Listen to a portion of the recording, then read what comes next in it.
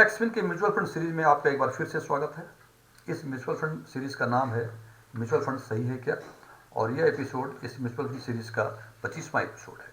Friends, जब कोई investor stock market या इक्विटी म्यूचुअल फंड में इन्वेस्ट करता है, उसका एक ही पर्पस होता है कि कम से कम रिस्क लेके वो अधिक से अधिक रिटर्न अर्न करे।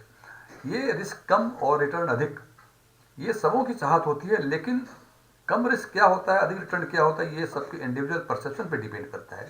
जैसे कोई सीनियर सिटीजन यदि कोई इन्वेस्ट करना चाह रहा है तो वो कम से कम रिस्क लेना चाहेगा, चाहे कितना ही रिटर्न क्यों ना हो। जबकि इसके जस्ट अपोजिट कोई यंग जनरेशन होगा, उसको यदि अधिक से अधिक रिटर्न मिलने की संभावनाएं हैं तो वो कोई भी रिस्क लेने को तैयार है। और इन्हीं सब बिंदुओं को रख के आज हम चर्चा करेंगे top 5 right mutual cap fund की।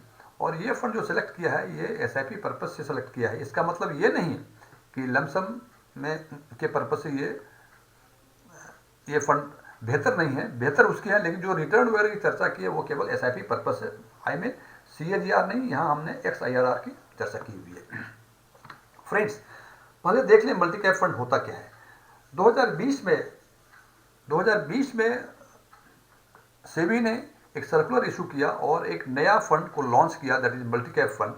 एंड हालांकि 2017 में जो कैटेगराइजेशन किया था, जो पहले फ्लेक्सी कैप फंड था, फ्लेक्सी कैप लाने का पर्पस सेबी का था मल्टी कैप टाइप ही, लेकिन एएमसी उसको फॉलो नहीं कर रहे थे। जो उनका इंटेंशन था सेबी का, वो एएमसी फॉलो नहीं कर रहे थे, इसलिए उनको 2020 में सर्कुलर फिर से लाना पड़ा और उन्होंने एक नाम दिया, उसको renamed is multi cap fund.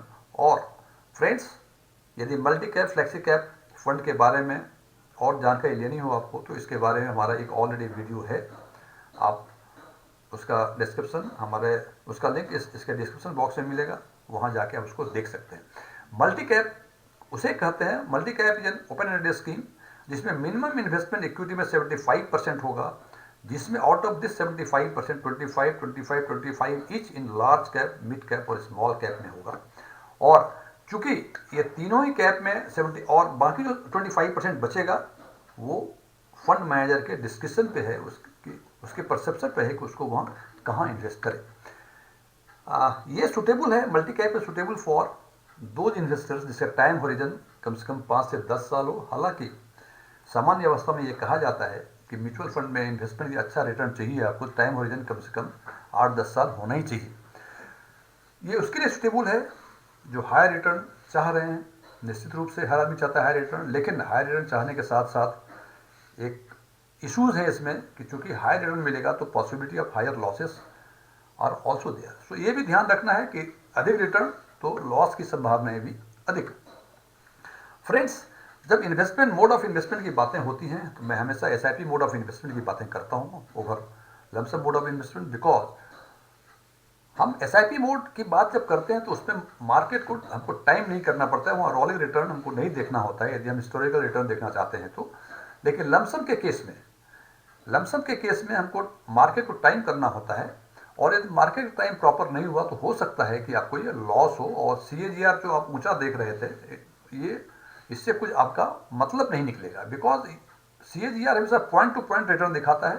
So SIP mode is in our opinion, in my opinion, SIP mode is always better to lump sum mode of investment, because in SIP mode market को time करने की जरूरत नहीं है। हर समय SIP mode के लिए ठीक है, और लम सम के लिए टाइम करना पड़ेगा, but you can not time the market, ये प्रूवन फैक्ट है। फ्रेंड्स, हमने जो ये टॉप 5 फंड्स सेलेक्ट किए हैं मल्टी कैप में, इसके लिए 5 पैरामीटर को कंसिडर किया हुआ है हमने। एसेट साइज, जिसमें मिनिमम हमने 1000 करोड़ रखा हुआ है। हिस्टोरिकल पास्ट रिटर्न, एसआईपी का मीन्स XIRR की बातें कर रहा हूँ मैं, इसको कंसीडर किया है 3 years, 5 years, 10 years. Beta, alpha, Sortino. Beta मतलब, जैसे मैं पहले भी चर्चा कर रखा हूँ, बीटा मतलब volatility with respect to the index fund. जैसे ये मल्टी कैप की बातें हो रही हैं तो मल्टी कैप का इंडेक्स है, उसके कंपेरिजन में ये पार्टिकुलर फंड कितना वोलाटाइल है ये बताता है। इसका मतलब बीटा जितना कम उतना बेहतर। अल्फा इंडेक्स फंड का जो एवरेज रिटर्न है उससे कितना ऊपर ये रिटर्न देता है पार्टिकुलर फंड, इसको अल्फा, इसका मतलब अल्फा जितना अधिक उतना अच्छा फंड। शॉर्टिनो रेशियो, कभी कभी फंड विपरीत परिस्थिति में अधिक खराब करना शुरू करते हैं, अधिक रिस्क हो जाते हैं उस पर, तो वो उस फंड को के रिस्क को मैनेज करने की जो कैपेबिलिटी है, that is defined as Sortino ratio. इसका मतलब सॉर्टिनो रेशियो जितना अधिक उतना अच्छा फंड। अब हम बात करते हैं टॉप 5 में से सबसे पहले पांचवा फंड जो है हमारा, ये सुंदरम मल्टी कैप फंड। यहाँ हम देखते हैं 3 साल का return 24.11%, 5 year 17.79%, 10 year it is 15.7%, all दो alpha is -0.3।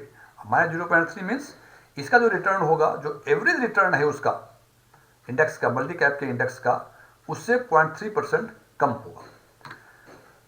इन्वेस्टो India multi cap fund 3 year return is 22.06, 5 year 16.87 and 10 year 15.49। क्योंकि इसका अल्फा पॉजिटिव में है, इसलिए हमने सुंदरम से उसको ऊपर 4th पोजीशन पे रखा हुआ है हमने। Mahindra Manulife multi cap 3 year return is 27.01, 5 year 21.58, 10 year का रिटर्न अवेलेबल नहीं है बिकॉज इसकी लाइफ टाइम 10 साल से कम है, और alpha is 3.64, it's quite good. इसका मतलब यदि मल्टी कैप इंडेक्स का एवरेज रिटर्न 20% है तो इसका रिटर्न 23.64% होगा, इट्स क्वाइट गुड। 4th पे रखा है Nippon India multi cap, 3 year का return 32.71, marvellous, 5 year 21.09, 10 year 15.54, it is almost, यहाँ हम देख रहे हैं कि 10 ईयर का return almost around between 15 to 16 है, और अल्फा इज 0.33। अभी तक बातें हम रिटर्न के बारे में कर रहे हैं, अभी रिस्क के बारे में क्या इन्वॉल्व है इसके बारे में बातें हमने नहीं किए, आगे इसके बारे में चर्चा करेंगे। और top of the world it is quant active, 3 year return 38.42। ये जितने 4 ऊपर के फंड हैं सबसे बेहतर कहीं आगे। 5 year return 30.12, it is again सबों से काफ़ी आगे। 10 ईयर रिटर्न 22.99, अगेन सबों से आगे। और अल्फा 13.36, इतना अल्फा किसी फंड में बहुत मुश्किल से मिलता है। It is one of the best alpha in the mutual fund industry, mutual fund. ठीक है, तो फ्रेंड्स ये अब देखें, हमने अल्फा 13.36 को टॉप पे रखा है, और उसके हिसाब से इसका रिटर्न भी बाकी सबों से बेहतर है। और हालांकि अल्फा 0.3 -0.3 सुंदरम का रखा है, फिर भी हमने इसको ये रखा है कि बाकी मल्टी कैप के जो अल्फा हैं वो इससे अधिक माइनस के, इससे और नेगेटिव रिटर्न देते हैं। सो हमने सुंदरम मल्टी कैप को भी अंडर 5 रखा हुआ है। फ्रेंड्स, अभी तक बातें की थी हमने रिस्क के बारे में, रिटर्न के बारे में। अब बात करते हैं इन सारे फंड के साथ रिस्क क्या क्या अटैच है। सबसे पहले एसआर रेशियो। अब देखें क्वांट एक्टिव को रखने का पर्पस 1.48 मैंने पहले बताया हुआ था, सॉर्टिंग रेशियो जितना अधिक उतना अच्छा, सबसे अधिक इसी का, और बीटा 0.95 मीन्स ये वोलाटाइल जो है, जो मल्टी कैप की वोलाटिलिटी है उससे कम है, उतना वोलाटाइल ये नहीं है। Asset management is also 3,221 crore, not bad. Second में 0.079, हालांकि इससे अधिक महिंद्रा का 0.97 है, लेकिन फिर भी इसको सेकेंड में रखने का कारण है इसका रिटर्न जो है महिंद्रा के कंपेरिजन में काफ़ी बेहतर है। और अल्फा जो है इसका, हालांकि अल्फा इसका इससे कम है, लेकिन it is all perception. Second third के बीच में टाइट कंपटीशन है, इसको सेकेंड को थर्ड कर सकते हैं, थर्ड को सेकेंड कर सकते हैं। And 4th one Invesco, here you see the AUM is 2321, 2,321 crore, beta good, Sortino ratio not very good but not bad also. And here in case of Sundaram multi cap fund, beta is 0.95, it's very good. Sortino ratio not bad but not very good, of course it is good. So keeping in view all these factors, all the 5-6 factors, I have considered the quant active fund is one of the best multi cap fund, especially for SIP. Friends, इसके पहले मैं disclaimer दे दूं, मेरा कोई भी investment in mutual fund में नहीं है, और ना ही मैं कोई म्यूचुअल फंड सलाहकार हूं। और the last but not least, mutual fund investments are subject to market risk, please read the offer document carefully before investing.